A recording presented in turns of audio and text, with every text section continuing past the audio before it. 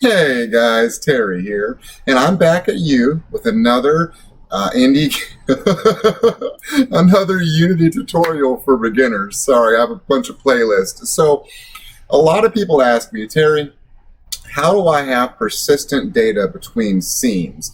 Meaning, how do I save my player's health, amount of ammo, in between scene change? So, to answer that, I've made a tiny mini game. It took me about an hour or so, I guess, whatever, 10 minutes. I don't even know.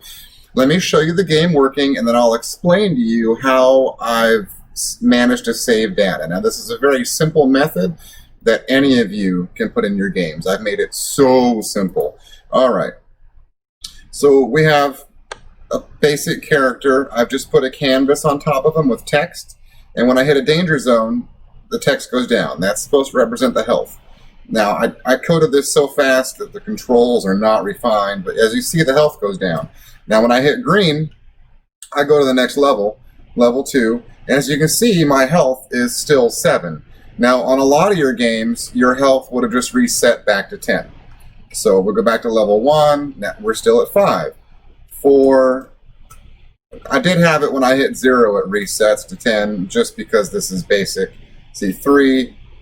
And we'll just let it reset real quick back to 10, and then we'll fly over and see it's still 10, 9, it's still 9. Okay, now let me explain to you how this works. All right, now we're going to avoid all the stuff like the player control, the level swapper. None of that matters really as far as making this work. Okay, so like right here, I just have basic player movement, player collision detection right here. That is kind of important. We'll go over that. So we're going to start off by making what's called a static integer. Okay, so we're going to do our max health at 10, which of course we can change, all right, to whatever we want. I just have them both at 10 right now. Okay. Then we have the static integer, which you can't change in the inspector. It's static, meaning it persists over scenes and stuff. That's 10. Then we have our rigid body for movement. Now on start, we're just saying that our UE text equals our player health to string, because you can't convert integer. Anyway, you can't display an integer in a text element. You have to make it a string. Okay, so here we convert it. We grab our player health, which is a static integer we can access anywhere in any script, anywhere. All right, and we just set that, we set our UE to that value. Now what we should be doing here also is setting player health to max health. And let's just go ahead and do that. That's really important because that way you can set the max health of your player. So we'll just say player health equals max health. And that's just on the start of the game. We could do awake, whatever. This is just basic. You know what I mean?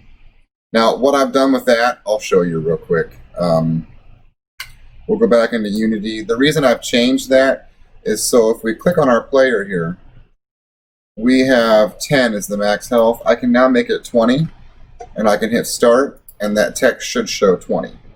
Yeah, see? And then we can deduct 19. That's so that it's not a static 10 all the time. You can make it whatever you want. But if you've noticed, you cannot edit the static variable. It's not here. That's a static thing, private. All right, we'll get back to it now. Every update right here, I am just setting the UE text to the player health. You know what I mean? I could even do a late final update, whatever, fixed update. That's where the movement is, fixed update, because we're handling physics. All right, now right here on the collision enter, I'm just doing normal stuff here. If you enter a danger zone, I am subtracting, I'm subtracting 1 from the player health each time. Now, obviously, you could flush this out and have different danger zones or enemies or whatever with different, this is just for testing, all right? And then if I'm doing tags now, you can do this however you want. This is just simple for beginners. All right, and then if it's exit, we just load the next level. As you can see, if it's level 1, load level 2. If it's level 2, load level 3. Very basic, You know what I'm saying? The important part here is to set your health as a static integer. This way you can avoid making a global object and persisting over. Since you're a beginner or whatever, you could just use static integers, static strings, static floats, whatever. I wouldn't really recommend static strings, but floats, integers, they all work, and they will persist from level to level, as I've showed you. And I'll show you one more time. Now that we've edited the max to 20, it does still work. It is beautiful. 19, and then if we just head over, now see, I messed up. So don't listen to me. The max health thing, you're gonna have to go through and set it up on both scenes and whatnot. But the 10 still works. So let's just take out that declaration here where I said player health equals max health. Take that out for now. I'll let you tweak and figure all that out. But you can see that it'll still persist if you keep it the way it was originally. 9. See, I will let you flush this out. This is just meant to be very basic for beginners, how to persist data across scenes. And as you can see, we are persisting a health value across scenes for our player. If you have any more questions, hit me up on Discord. This tutorial is not meant for anybody other than beginners. This is just to get you started, get you doing what you need to get to where you're building games. I'll probably put some other tutorials up to move the player back and forth and jump.